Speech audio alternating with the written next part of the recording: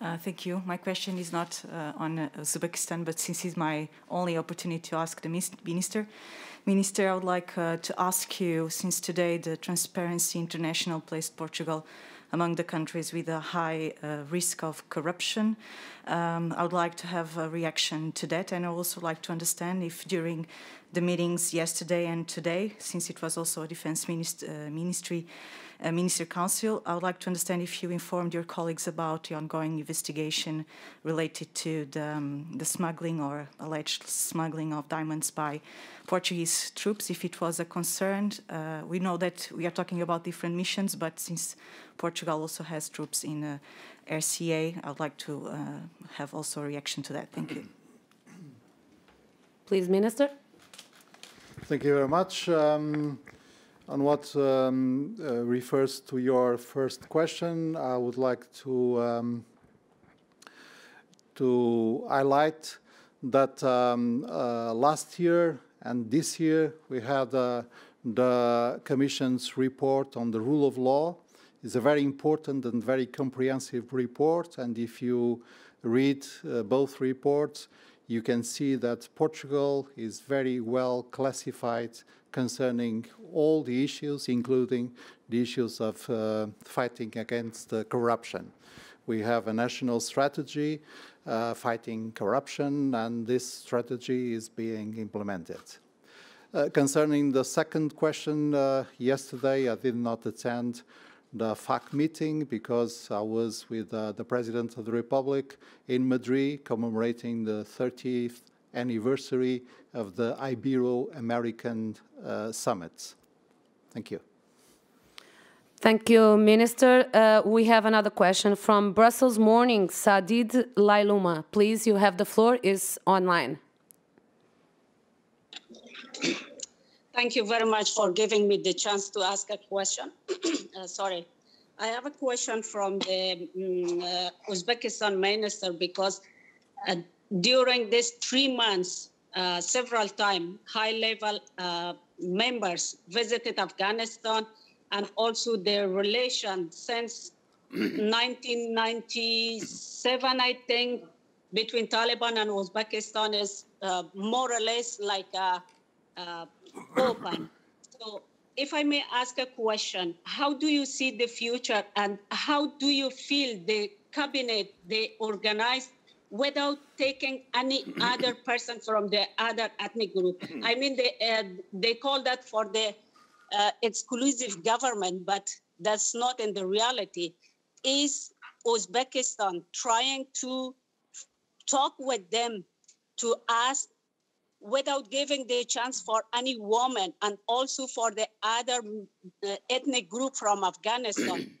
How do you see the future of this country? And also regarding to economic pipeline and also for the electricity, is there any way to stay on that point? Thank you. Thank you, Sadid. Foreign Minister from Uzbekistan, please. Thank you. Thank you for this very important, very urgent question. And we have already stated the position of Uzbekistan on Afghan issue for many times. In this regard, I would not repeat it again. I just would like to note what should be avoided and what, in our opinion, should be done. Firstly, Afghanistan should not fall into the isolation from the international community.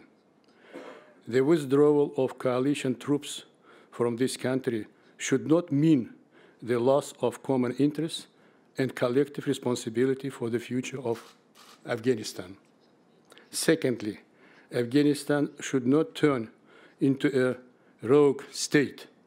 Thirdly, the war in Afghanistan should not be continued by non-military means. Here I mean freezing of assets, unsustainable humanitarian aid, and delays with its delivery, fostering Taliban to self-isolation policy. What should be done in this situation? Firstly, it is important to recognize the current reality and the new balance of power in Afghanistan. Excuse me. The burden of the Afghan problem should not be shifted into the shoulders of countries of the region and especially of the immediate neighbors. Secondly, it is crucial to prevent a humanitarian crisis in Afghanistan. It is necessary to unfreeze Afghan assets in foreign banks and restore transactions.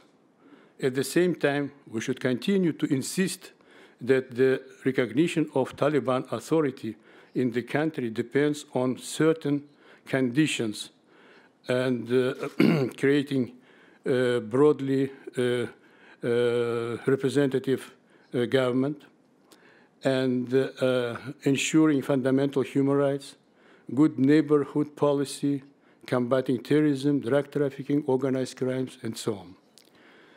And fourthly, we must provide comprehensive assistance for the economic development of Afghanistan. And finally, we have to encourage in every possible way the positive steps taken by Taliban, opening schools for girls, granting women the rights to work as civil servants in governmental institutions, and so on.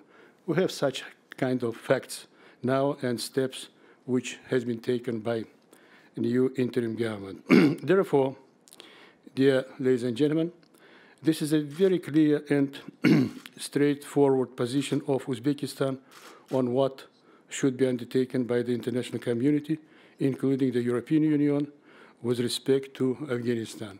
With respect to Uzbekistan, we are carrying out some very serious energy projects, transport communications, and we have invited the members of this interim government to Uzbekistan, and we have agreed how we'll organize our cooperation on particular dimensions in economy, trade, and even in security areas. And we have agreed with these new authorities that they will guarantee the border security, and moreover, we have coordinated our joint efforts to organize several serious operations of evacuation. The citizens of Western countries and Afghans who were cooperating with this military coalition and who were helping them. And in any case, they had a different kind of cooperation. And that's why we hope that there may be some progress step by step.